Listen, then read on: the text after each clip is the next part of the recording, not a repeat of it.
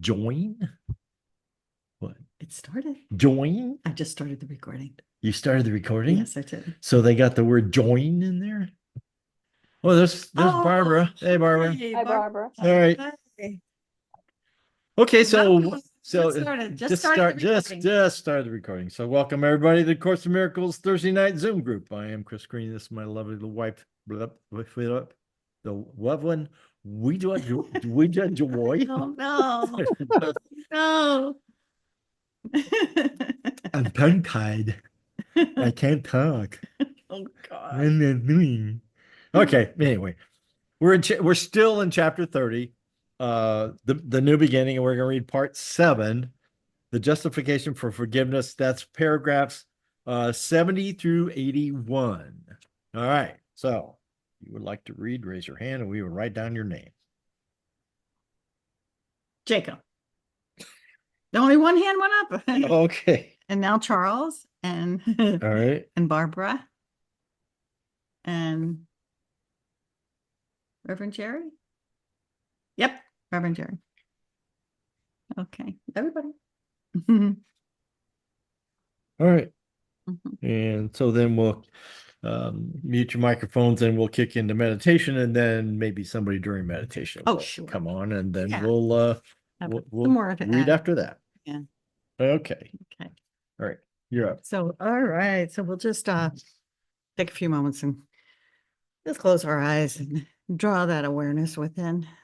As soon as we close our eyes, we feel a shift. There's a lot going on when there's less going on.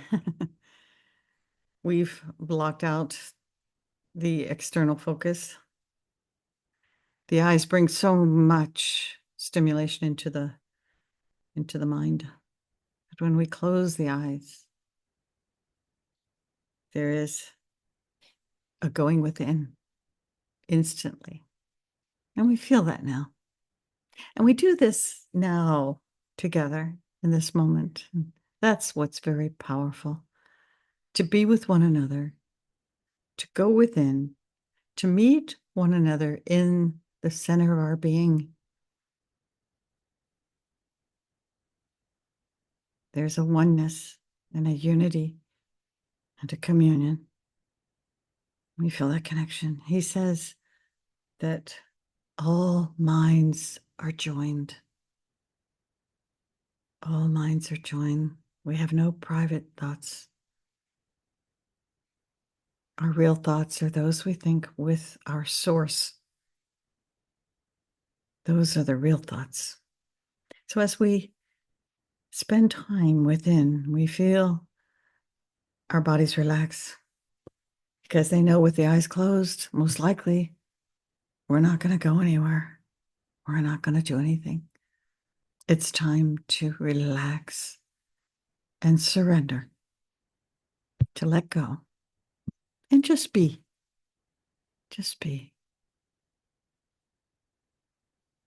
And there's no doing as a part of that. Nothing you have to do. How wonderful.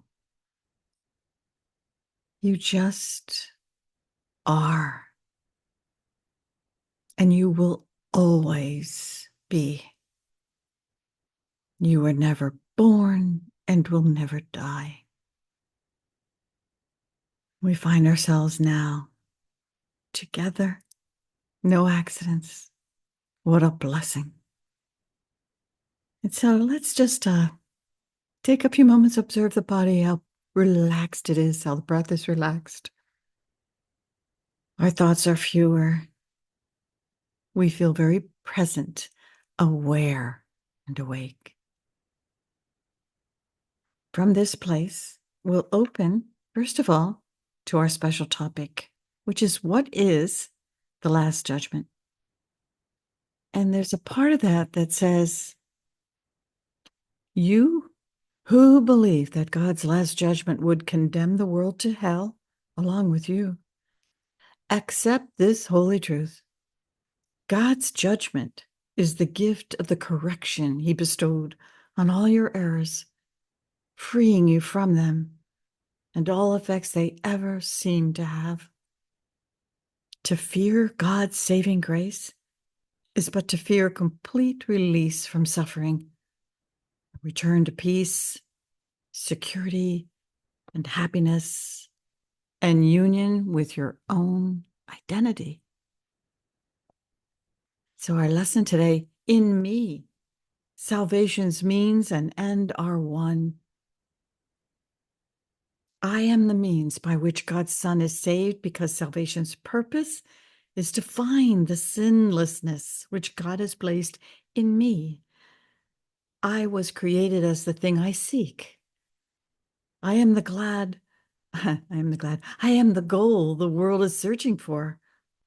I am God's Son, his one eternal love. I am salvation's means and end as well. In our prayer, let me today, my Father, take the role you offer me in your request that I accept atonement for myself. For thus does what is thereby reconciled in me become as surely reconciled in you. And so we'll take the lesson into our silence. And in me, salvation's means and end are one. We'll start now. I'll time us and I'll bring us out.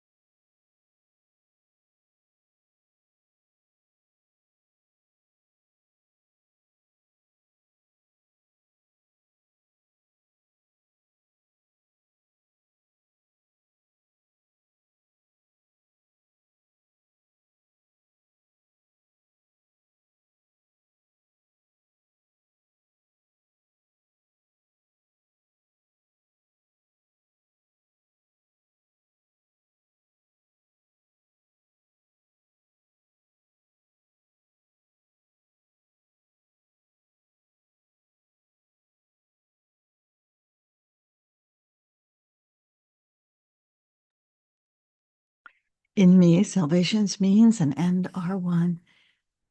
When we're ready, we'll open our eyes.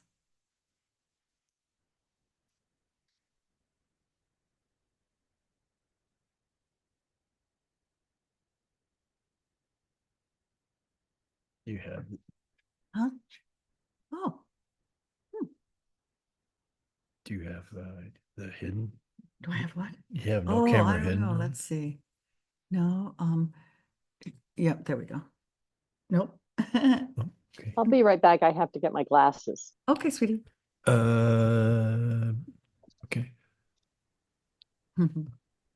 We thought we had, maybe there's an option to hide non-video participants, and we thought we had that turned on, but we don't. So there's no one in the wings hiding. Yeah. Yep. But anyway, so it's all perfect. It's all as it should be.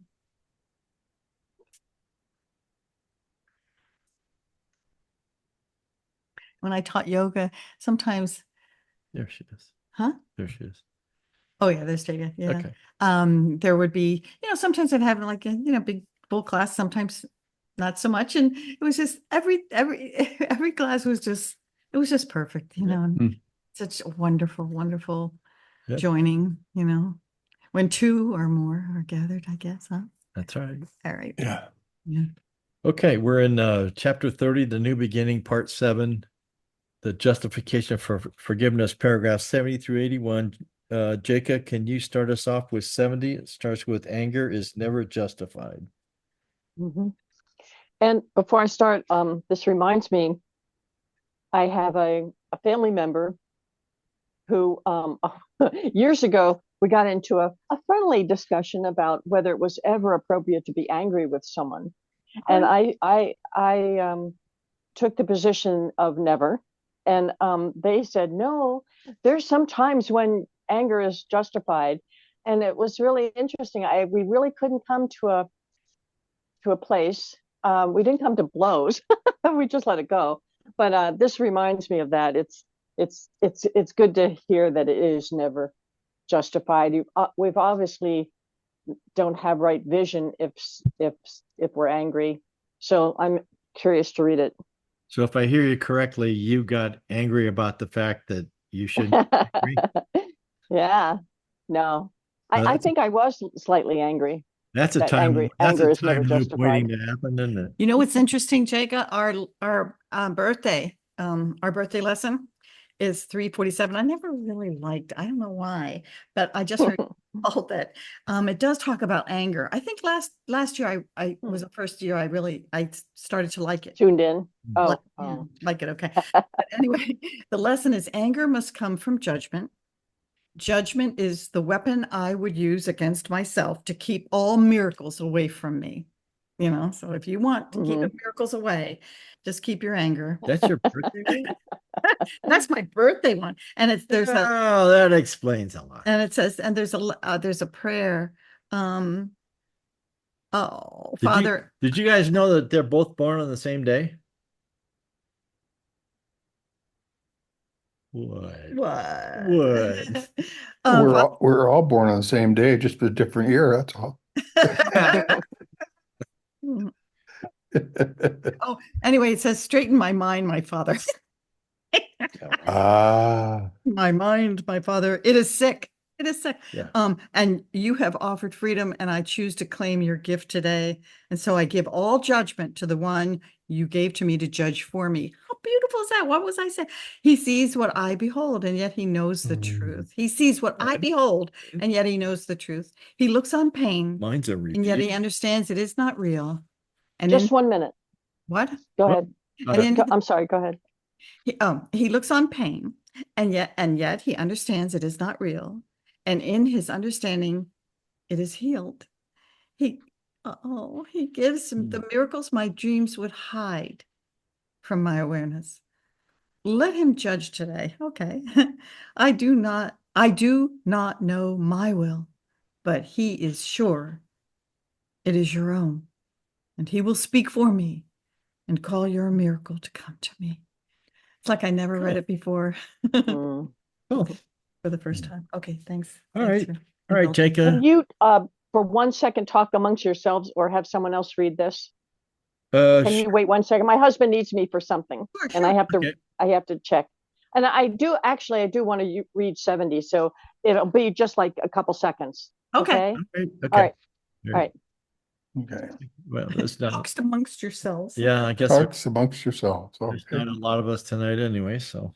Buzz, buzz, buzz, buzz, buzz, buzz, buzz.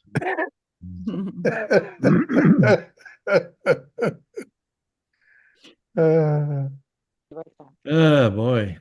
Yeah. Okay. Okay. All right. Yeah. Can you hear me?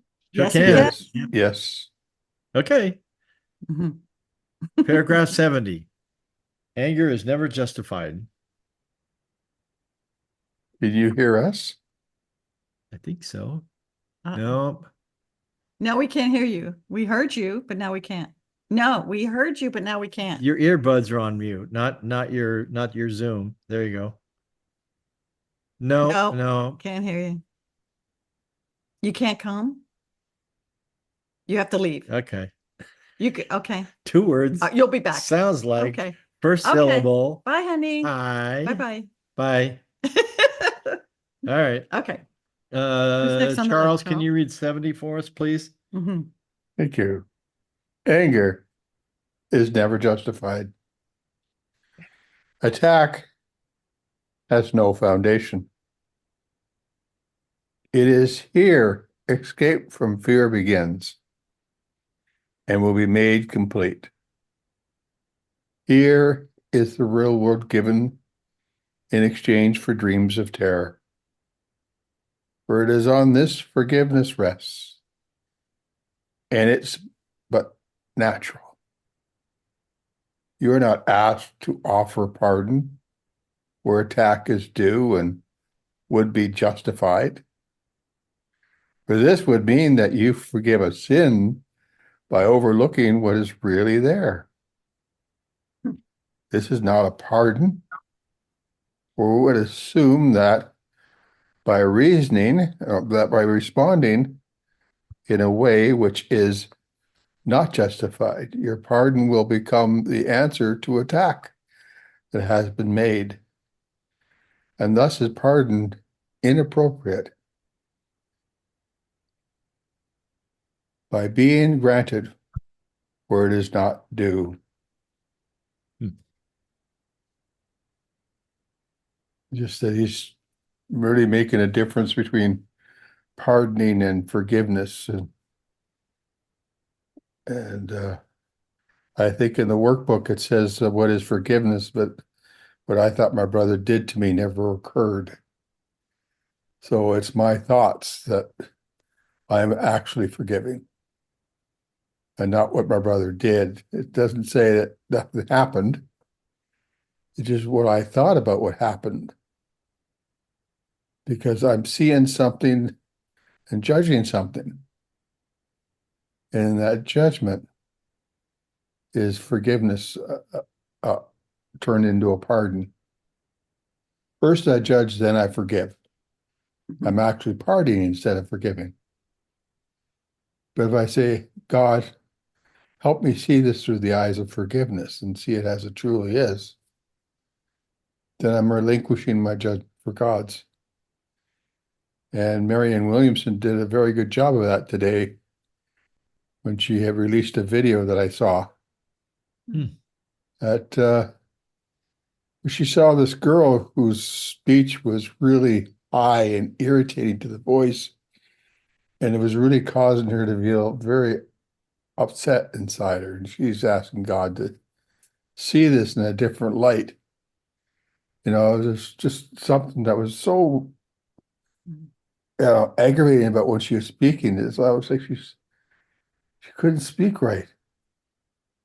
And all of a sudden, this other girl who knew this one says, "Is not your dad being released from prison today?" She says, "Yes." And she started to realize her dad locked her and her sister in the dungeon for the first 19 years of her life. And she wasn't speaking or reading or nothing for the first 19 years of her life. And she had to learn to read and speak again. And so when Mary Williamson heard of that experience, her heart just broke open and she felt so much compassion and love for the girl. That her whole mind was changed about when she spoke again. She spoke she heard her from compassion instead of, judgment. So I posted the video on the ACIM poetry on Facebook if you ever wanted to watch it. Okay. So it's a beautiful by Marianne Williamson. Great. Excellent. Thank you. Thanks. Yeah, this is a good introductory paragraph because it's dealing with the issue of level confusion, I think, making the error real. And when I indulge in level confusion and make the error real, then I'm justified in being angry. This really happened. And that person is a real stinker. You know, I mean, look at their behavior. I'm sure it was motivated by their own malice and sinfulness and so on and so forth. So, you know, here, this is a very metaphysical section in the text, I think. You know, I mean, we're human, quote unquote. You're going to get angry. But then Jesus says, let's, you know, choose again. I can look with you and share my vision rather than your sight. And I think that the anger will be replaced with love. And that was, you know, what Charles just shared with Marianne. The anger was replaced by love. And that's a miracle. Okay, Beautiful. nice.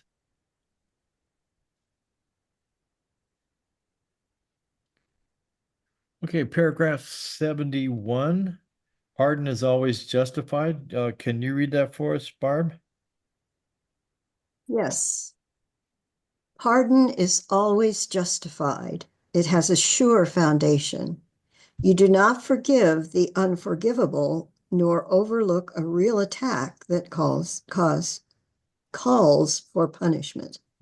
Salvation does not lie in being asked to make unnatural responses, which are inappropriate to what is real. Instead, it merely asks that you respond appropriately to what is not real by not perceiving what has not occurred.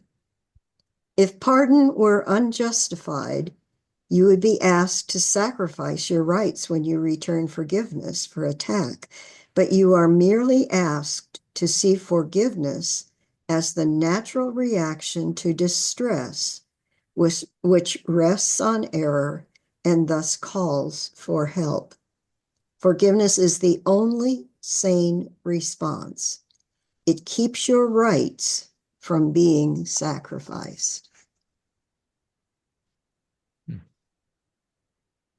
For me, this is pinpointing the interior shift that we are all asked to make, to move away from that which we have conceived or brought into being, and to move to what is real as the alternative. So when we're asked to choose again, we're not asked to make real what is unreal.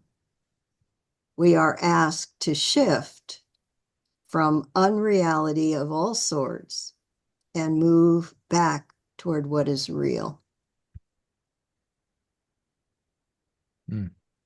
I'm finding huge benefits in my own life by remembering this shift. Okay, I'm complete. Thank you. thanks.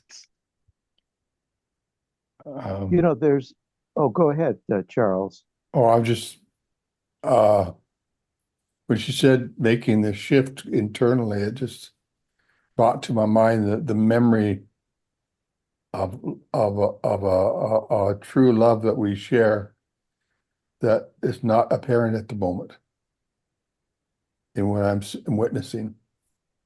And that sort of that desire to experience that. That's all. I felt that shifted for that desire for the experience. Thank you. Anyways, go ahead. I'm sorry, RJ, go ahead. Go ahead, Reverend. Reverend Joy is posting something. Mhm. I think that's That's the link. I think, I think that's the link that you posted, Charles. Oh, the Facebook, yeah. Yeah, I Oh, the think Marianne Williamson. Marianne Yeah. Williamson. no, that's So if you guys want to, Instagram. what? Is it Instagram? Well, no, it's from Facebook, but you know, It's from Instagram, yeah, but it's posted on, so, oh, do you have to have Instagram to go to it? I don't think so. Oh, no, you don't. You No, you don't. I don't. just opened it. Oh. Okay. So cool. Yeah. Okay. So this is a wonderful follow-up paragraph, and I appreciate Barbara's advancing the conversation in a way that's very meaningful. Uh, I really appreciate the idea of keeping the metaphysics of this course, uh, in mind. And there is a way called the middle way in which the metaphysics permit me to act in a way that is defensive sometimes, um, proactive. Somebody has a knife to my throat. Am I to say, yeah, no anger, no fear, no recriminations? You can't hurt me, ha ha ha, and my throat gets slit. So, we're not told, as it says in this paragraph, to be silly about it. I mean, again, keep the metaphysics of this course in the backs of our minds, remembering that ultimately forgiveness is the key to awakening, but not at the expense of my belief in the body and the reality, quote unquote, of somebody holding a knife to my throat. Mm. It just doesn't work that way. And I don't think that Jesus is in any way suggesting that we step in front of buses or trucks.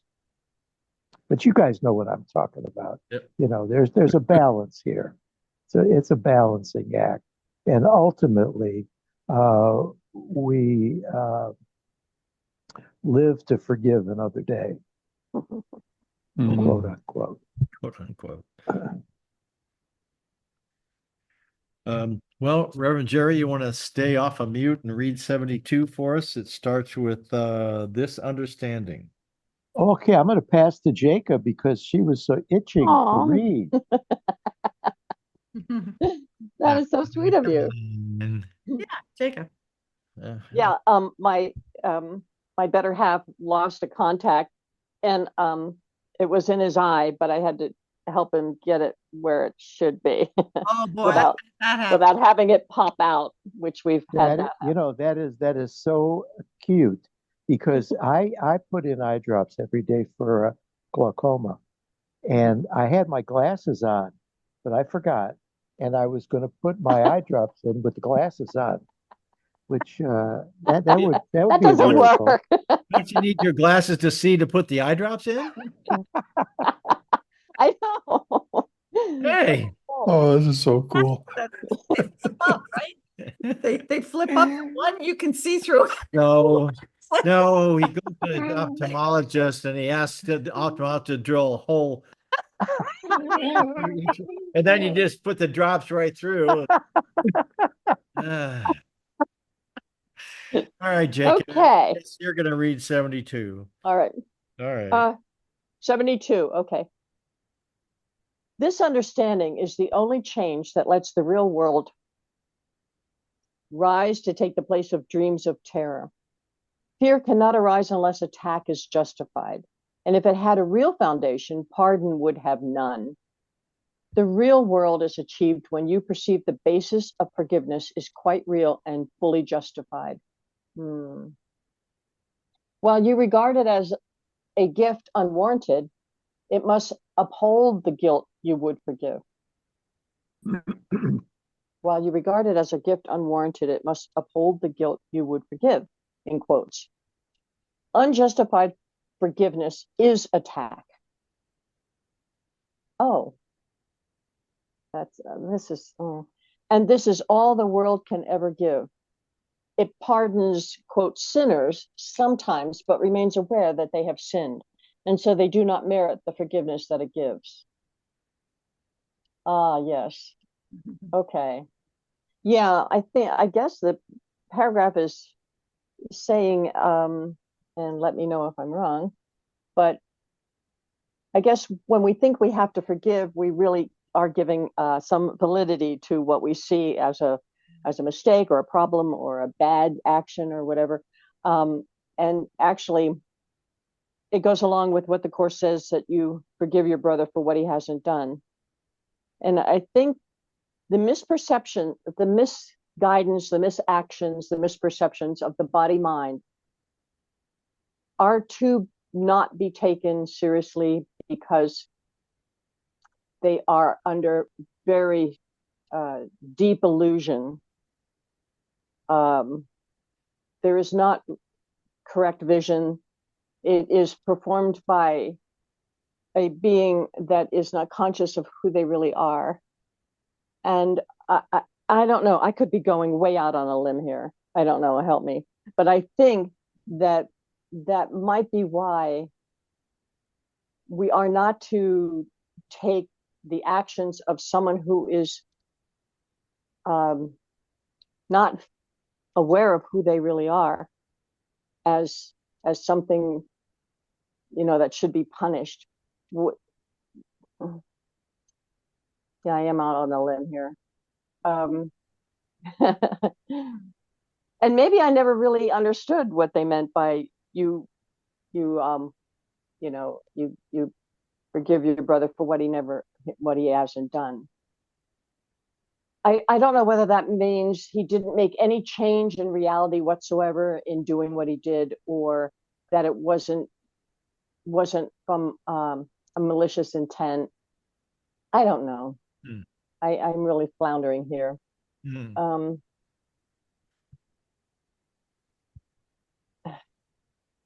Fear cannot arise unless attack is justified. An attack is never justified. And if it had a real foundation, pardon would have none. Yeah. Pardon would have no justification if there was really a justification for attack. Because how could you, you know, Jesus, they meant to do that. How could I forgive that? While you regard it as a gift unwarranted, it must uphold the guilt. You would forgive, in quotes. Unjustified forgiveness is attack.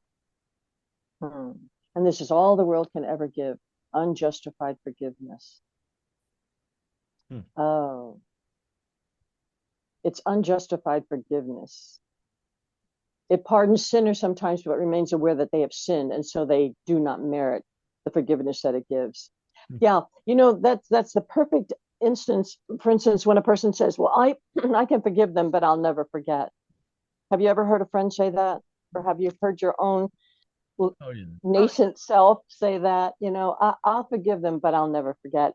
And, you know, it's holding them in that position of having done something really heinous and not seeing the purity that they are, that I think causes all this confusion.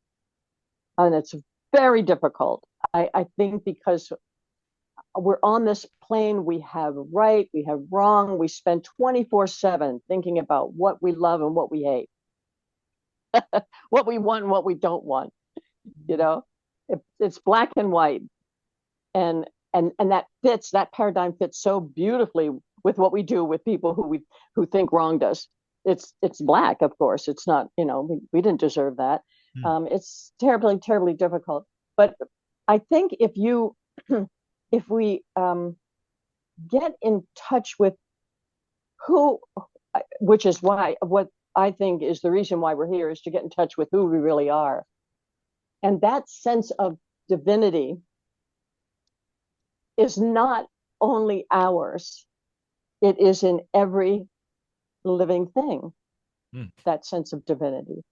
And that's not to say that person is going to know that and live from that. They're going to make mistakes, but if we just keep not only seeking it in ourselves, but if we just keep seeking it in that other person, no matter what they've done, to see that their innocence, as Joyce reminded us, we're never born and we never die, that innocence, that pure divine consciousness has been innocent is innocent, is pure and divine. And it's there. And if we can't see it in ourselves, we won't see it in our brother, and vice versa. And it's really an interesting challenge, very interesting challenge, but I think it does ultimately bring us peace. I can't see how it couldn't bring us peace. So I think that's what I got out of that convoluted paragraph. I'll put it on the paragraph, not my mind. It's the paragraph. Well done. Well done. All right. Okay, Barb, can you do your share? And it's very short because Jacob, you walked us through where you started to where you ended up. And for me, it was just, I got there a little sooner than you did. So I'm not going to say anything that you haven't already said. But two thoughts occurred to me. First was that it's important in the whole subject of forgiveness that we recognize the at-one-ment and accept at-one-ment for ourselves. So that you're talking about seeing the innocence. When you see the innocence in someone else, you recognize the innocence that is in you. So it's a matter of accepting the at-one-ment and recognizing that whatever the fault, whatever the slight, is simply a call for love. Mm. And that's why forgiveness levels the playing field. We recognize the innocence in each other, and we recognize that anything that is not love is a call for love. And therefore, forgiveness becomes the natural state that we enter into. I'm complete. Thank you. Thank you. Thank you. Go ahead, Beautiful. Charles. Thank you. Wow. Thank you. Forgiveness, I love the shares there and the idea that it's really identity issue. It's an identity. When I'm upset or angry, or when I see someone upset or angry, it's usually it's a girl they'll never understand, or how can this pet understand my human needs, or how could this wildlife ever be concerned about my own survival? And it becomes an identity thing. When I says the same light that lights my mind and lights the world which I perceive is the same light in which shines from you to me. And I start to realize it's an identity thing, because any kind of upsetness or justification for upsetness comes because we believe there's something other than what truly is. Mhm. Like they're too young to understand, or they're too old to understand, or they're just not part of my culture and they don't understand where I'm coming from, because we're always looking outside ourselves for the identity of what we're looking at instead of that which we're looking with. Hmm. If we realize what we're looking with is the same light of love that gives us the ability to perceive all that we perceive, then we could truly go inside and be with that identity, knowing that they're allowed to have the way they see, but us to stand there in the remembrance of who we are in truth. Hmm. So Mhm. Mhm. I really feel it talks about identity and the source of our identity, of all that we perceive. Anyways, thank you. Cool. Mm. Nice. Thank you, Charles. Thank you. All right, Reverend Jerry, can you read 73 now? Oops, what are you doing? I don't know. I pressed the wrong thing. At least you didn't cause the nuclear reactor to explode. Oh, there it is. Okay. Okay. All right. Got Okay. it. All right. Reverend Jerry, paragraph Yes, yes. 73. Aye, Captain. This is the Okay. forgiveness. Yes. This is the false forgiveness which the world employs to keep the sense of sin alive. And recognizing God is just, it seems impossible his pardon could be real. Thus is the fear of God the sure result of seeing pardon as unmerited. No one who sees himself as guilty can avoid the fear of God, but he is saved from the dilemma if he can forgive. The mind must think of its creator as it looks upon itself. If you can see your brother merits pardon, you have learned forgiveness is your right as much as his. Nor will you think that God intends for you a fearful judgment which your brother does not merit. For it is the truth that you can merit neither more nor less than he. Hmm. I think this is this is the explanation to any of the unclarity up to this point. For instance, this is false forgiveness. That's what he calls forgiveness to destroy. And so it's still a function of the ego decision. You've sinned, and I will forgive you because we're separate, and I can take a high moral ground, but you're stuck on the low moral ground. And God will catch up with you, and you will be punished. But in the meantime, I'm doing my Christian bit here and forgiving. That's forgiveness, false forgiveness, or forgiveness to destroy. And what we're asked to do is true forgiveness. True forgiveness is a recognition that I am angry. It's a block to the awareness of love. And I take that recognition of a block to awareness and a block to true forgiveness, and I bring it to the light of the Holy Spirit. I don't judge it. I don't, in some way, manipulate it, convince the Holy Spirit that I'm right, I'm right, I'm right. Show me that I'm right. I'm bringing it to you, dude. You show me I'm right, right? No, and here's a workbook lesson that I've been thinking of. I want the peace of God. To say these words is meaningless, but to mean them is everything. So I bring that anger with an open heart and an open mind because I want the peace of God. And I say, here, you help me to see it differently, perceive it, shift my perception to love. And that would be a means to true forgiveness. It never happened. It's a dream. I'm helping you to wake up. Nothing could occur in a dream, as you know, because when you wake up from your nighttime dreams, nothing did happen. And so stick with me. We're in this together. I'm your elder brother. You're my kid brother, but ultimately you'll get it. And then you can be the elder brother and teach your brother as well. So this is very cool stuff, and a major thing that I've discovered recently is that I'm not an asshole. Oh, come on.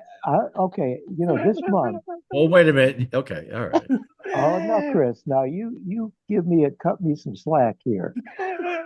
Okay. Don't be so Now, cheeky. Yeah. I mean, really, this course is helping me and working for me because this month I have a birthday. I'll be 82. Honestly, for most of my 82 years, I've really felt deep down sinful, guilty, and an asshole. But I've covered it up and projected onto all the other assholes in the world. That's them. And it's breaking up. It's being corrected, honestly.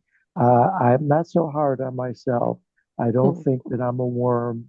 And I'm just really grateful. It really, and what's 82 years in infinity anyway, or eternality? And doesn't it Nothing. change, Jerry, doesn't it change your world too? When you change your view of yourself, then Oh, yes. there's less assholes out there, Right. We're all perfect assholes. What can I say? Getting constipated just talking about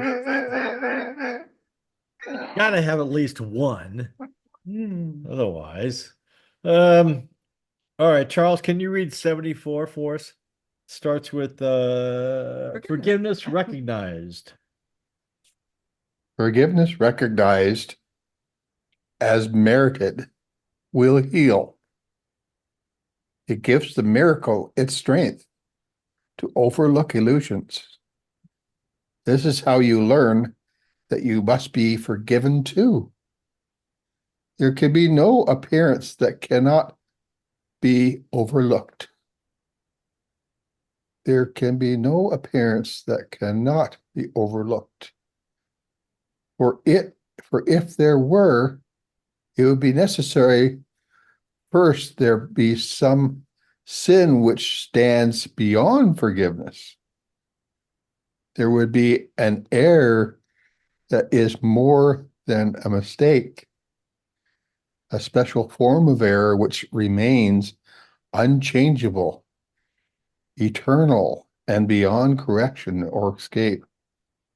There would be one mistake which had the power to undo creation and to make a world which could replace it and destroy the will of God. Only if this were possible could there be some appearances which could withstand the miracle, not be healed by it. This is my original question. If God is perfect, what is it I'm seeing?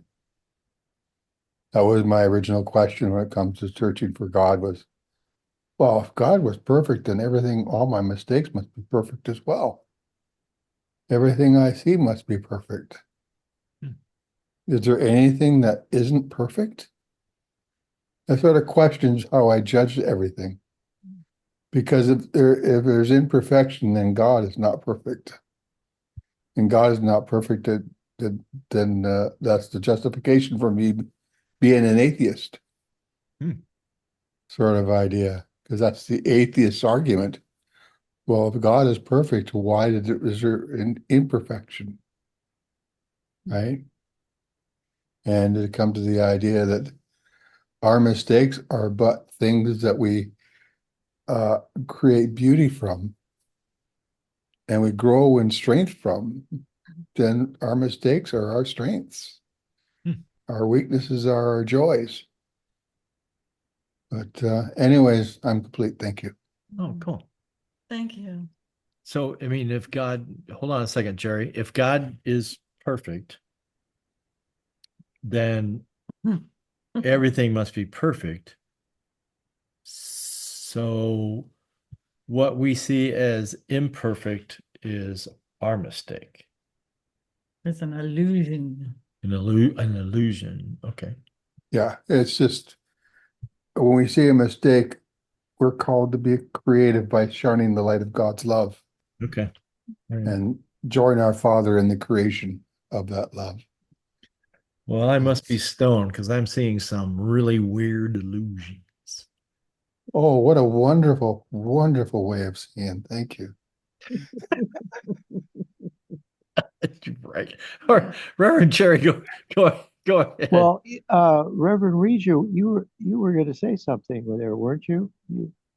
Concerning the perfection of even mistakes?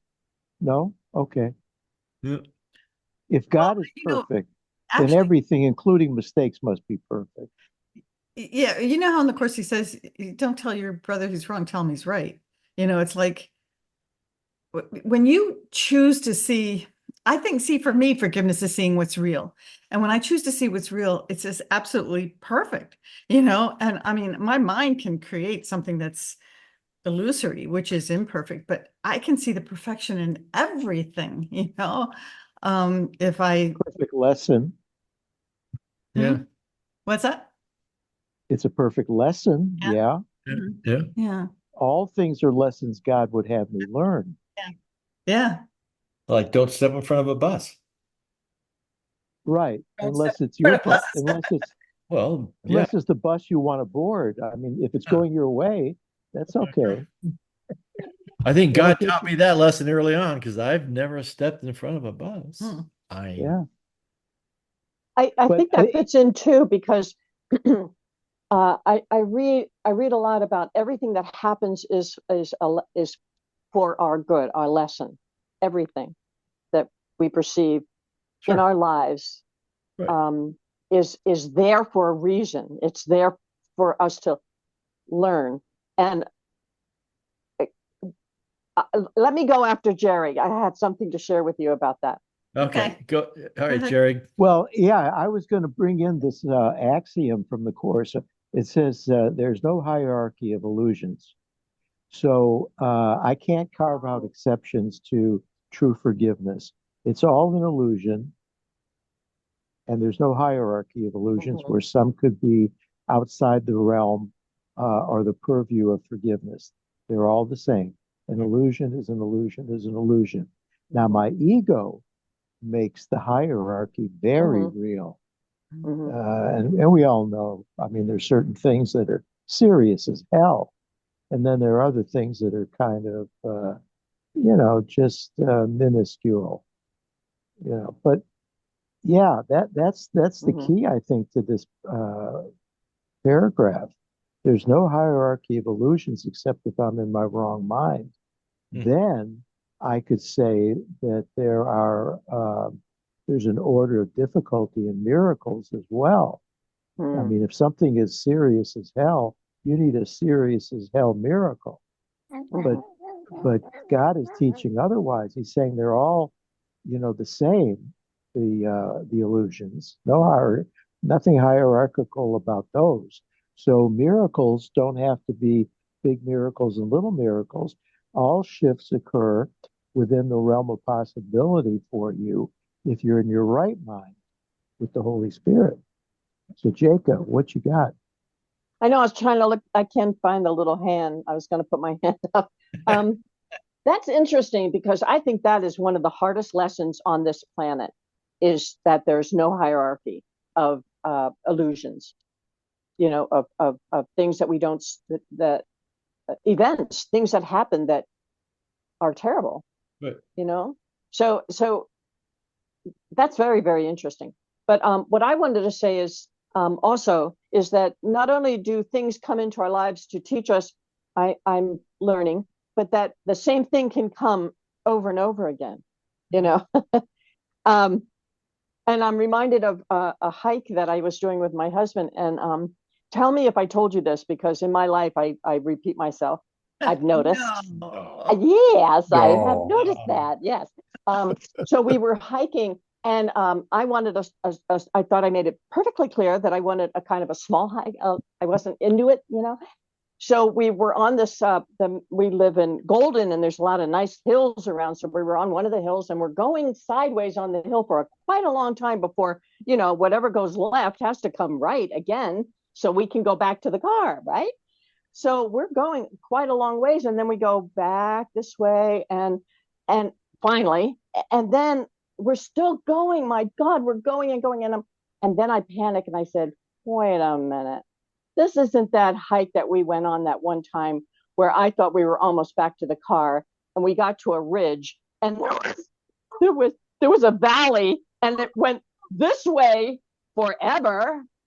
And then you went across and then came back on the other side of the valley and we could see people that are that big on the other side of the valley of this ridge, that big.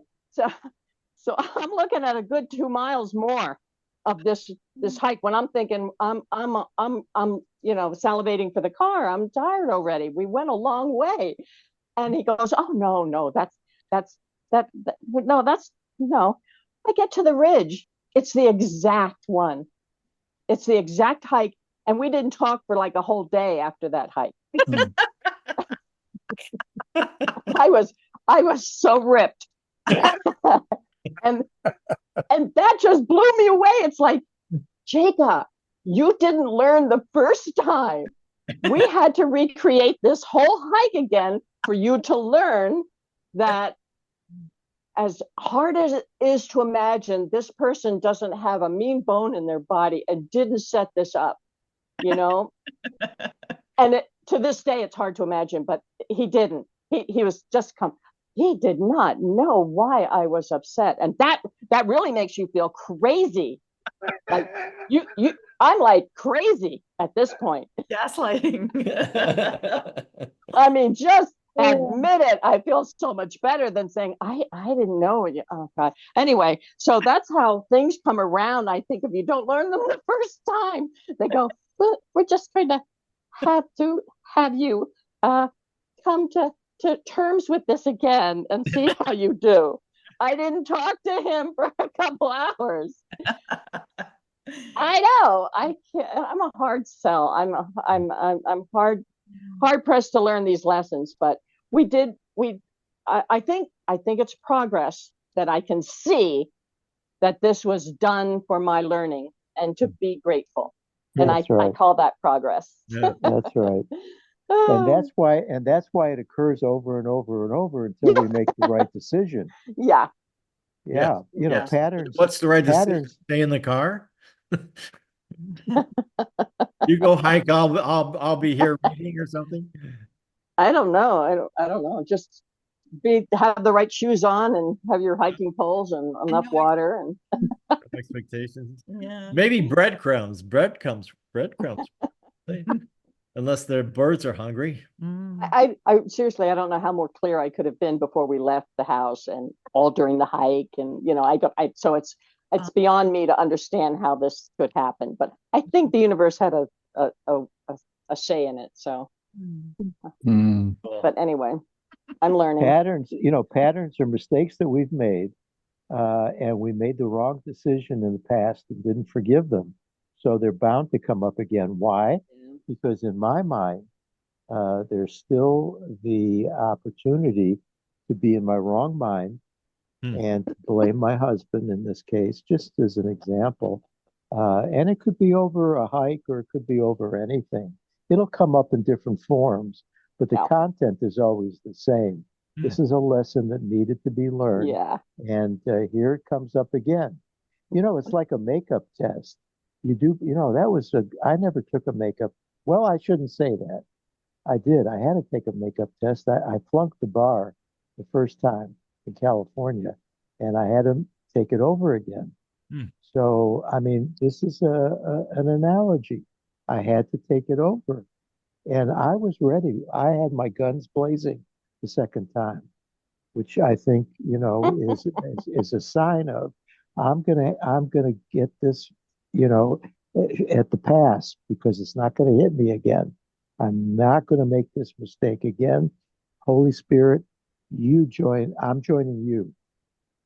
Let's take this damn test together.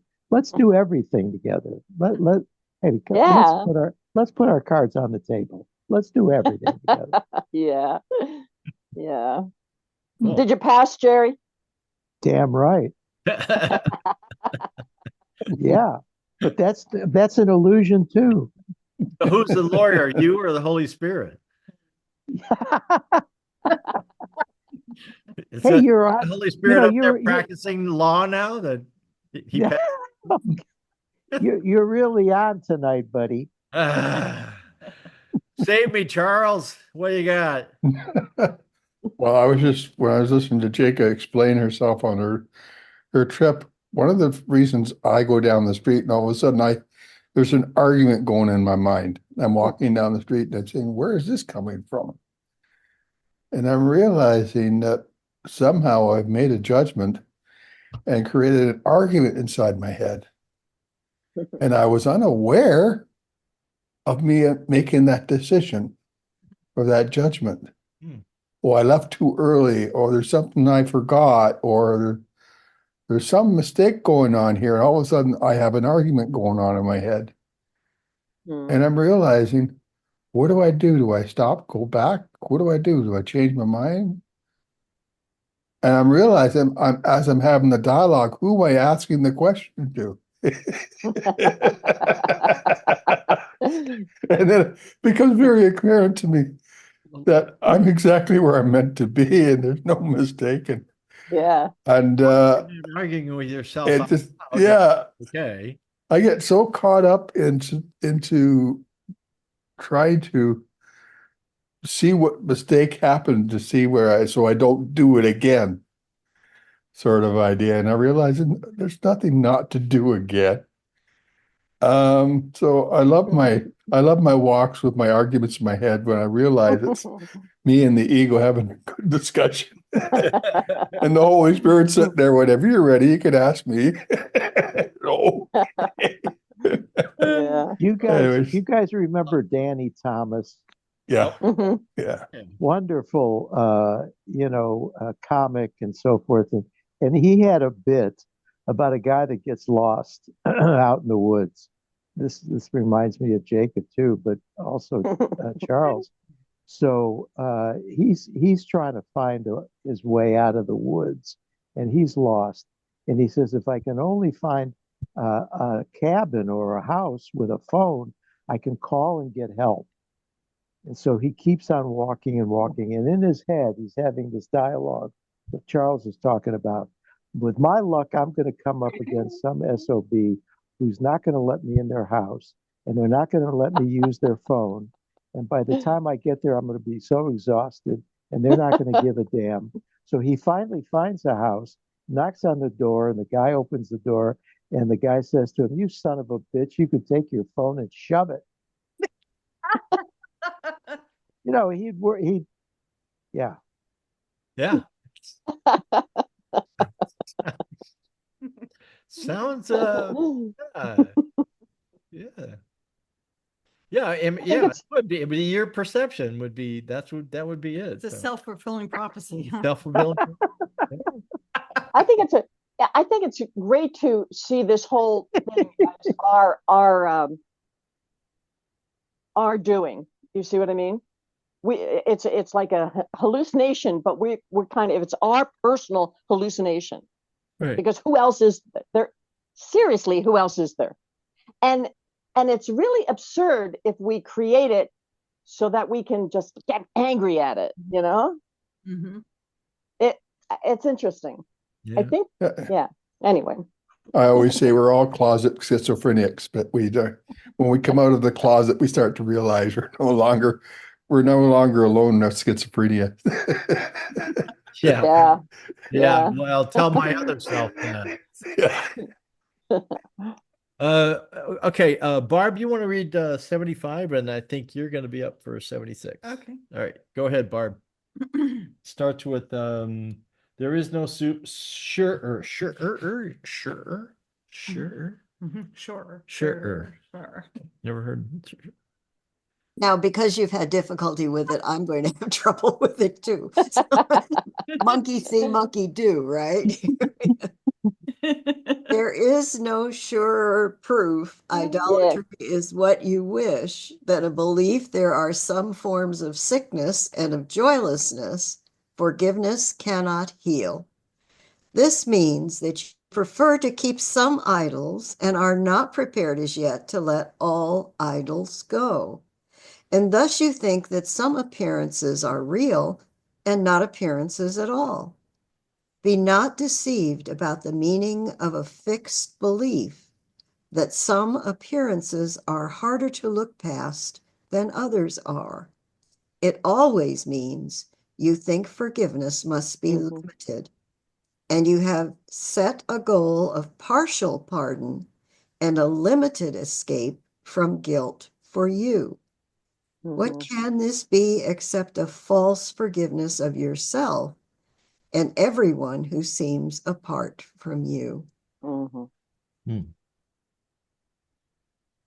This goes back, Reverend Jerry, to your talking about there is no hierarchy of illusions. There's no such thing as partial forgiveness. Right. Well, there's no hierarchy in miracles either, right? I mean, a miracle is a miracle is a miracle. Mm-hmm.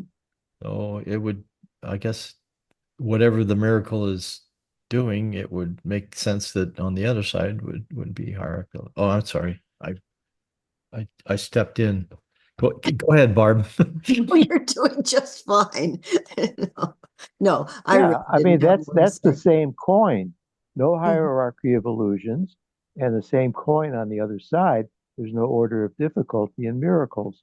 They're Right. all maximal expressions of love. Every miracle has to be a maximal experience of love because it's an extension from God, of God's unconditional love. We, in our wrong minds, as egos, have not all expressions of love are maximal. You know, I mentioned I have a birthday coming up, and so my wife, she's so wonderful, and she said, "Do you want to have your birthday with your kids this month?" And I said, "No, I really don't." Hmm. Yeah, I mean, and it doesn't. They're not my favorite company sometimes, Hmm. and that's just the way it is. Hmm. Now, does that mean that I'm sinful? No, there's some other way I'd rather spend my birthday, Hmm. and it wouldn't be with them. And I love them, but I'm clear that as a wrong-minded, somebody said, we're always pretty much in the closet. As a wrong-minded schizophrenic in the closet, I have my preferences. I don't want to spend my birthday with a couple of my kids. Been there, done that, and it's awkward. Not awkward. Hmm. I'm digging myself a hole here. It's just I'm being honest. I'm being honest. Mhm, mhm, That's just it. I would love to be with my wife for sure, and I don't know. It's a special love, special hate situation. I know it, but I'm mhm, coming out of the closet. I've sort of unlocked the closet door and I'm peeking out a little bit, so I notice these things. mhm. That's all.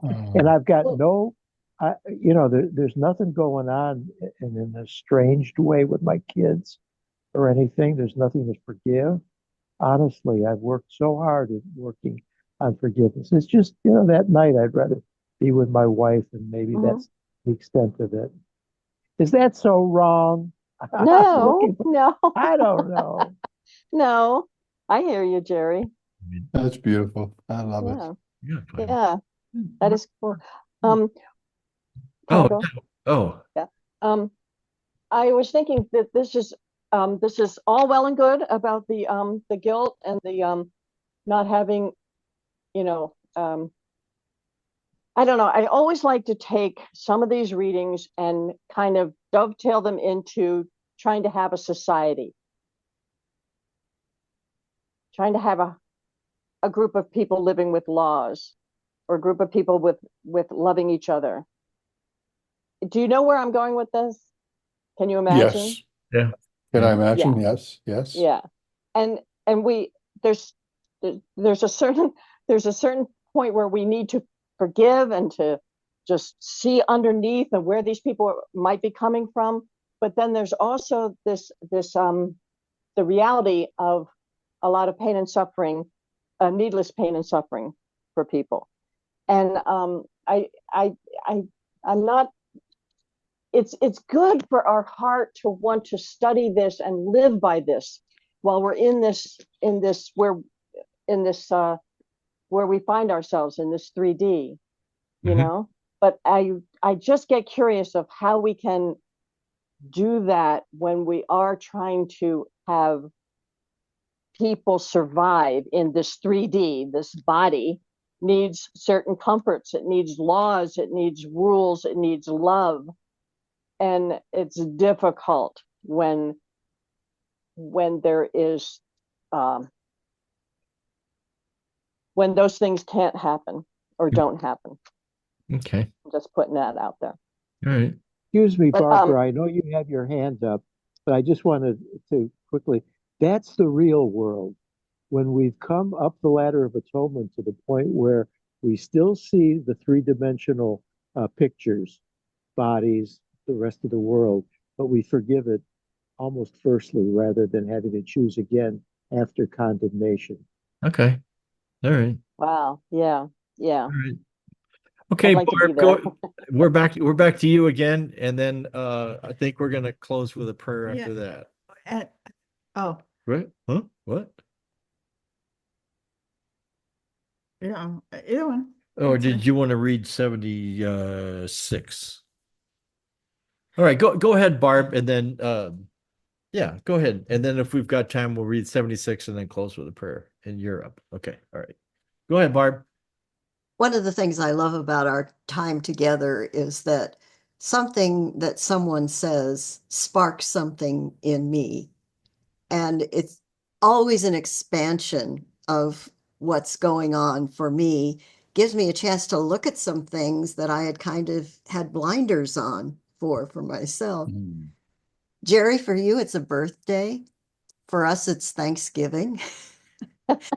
We live 3.5 hours away from both of the families of our children. And we are always the ones that drive the 3.5 hours to go to Thanksgiving where they are. And this year we just simply said, we're not traveling on Thanksgiving. And no expectations. We just made that statement. We are not traveling on Thanksgiving.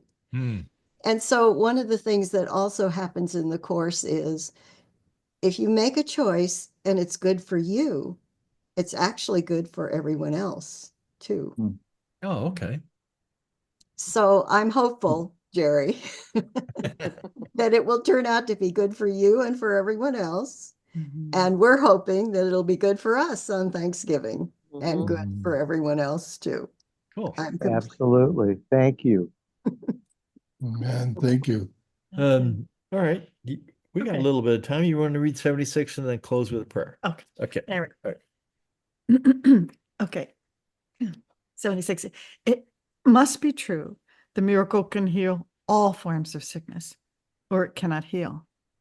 Its purpose cannot be to judge which forms are real and which appearances are true. If one appearance must remain apart from healing, one illusion must be part of truth. And you could not escape all guilt, but only some of it. You must forgive God's Son entirely, or you will keep an image of yourself that is not whole and will remain afraid to look within and find escape from every idol there. Salvation rests on faith. There cannot be some forms of guilt which you cannot forgive. And so there cannot be appearances which have replaced the truth about God's Son. And this is so beautiful because what I keep thinking of is that that example brought up in the beginning of our session here, where if someone were going to kill you, and there's no order, I think, in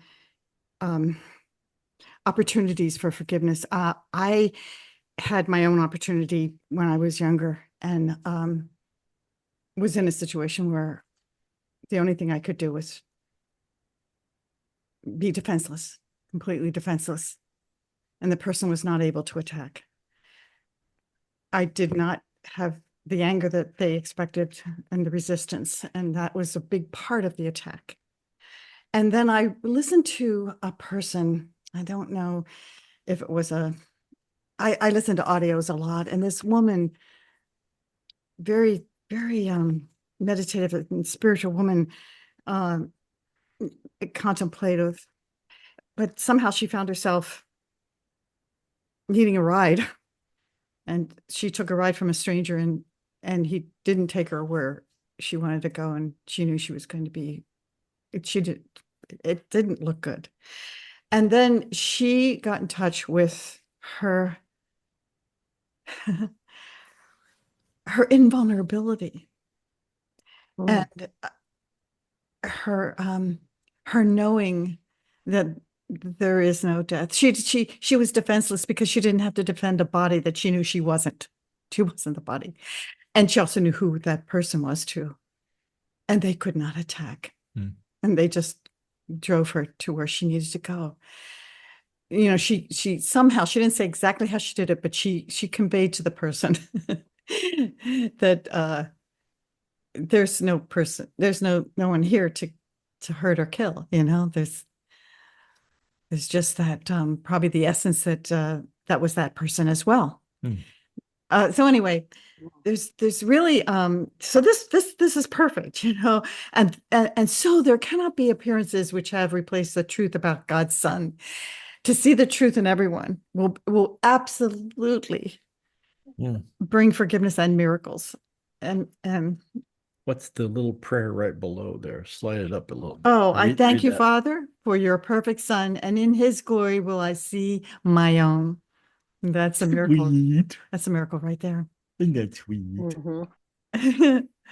Jesus loves us.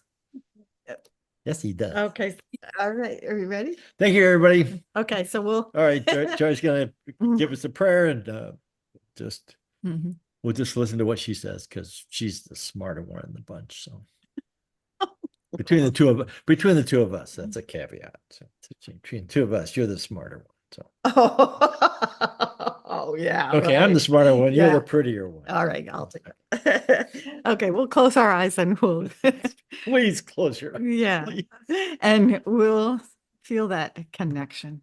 And it's a presence and a oneness that we share with one another. We can feel that.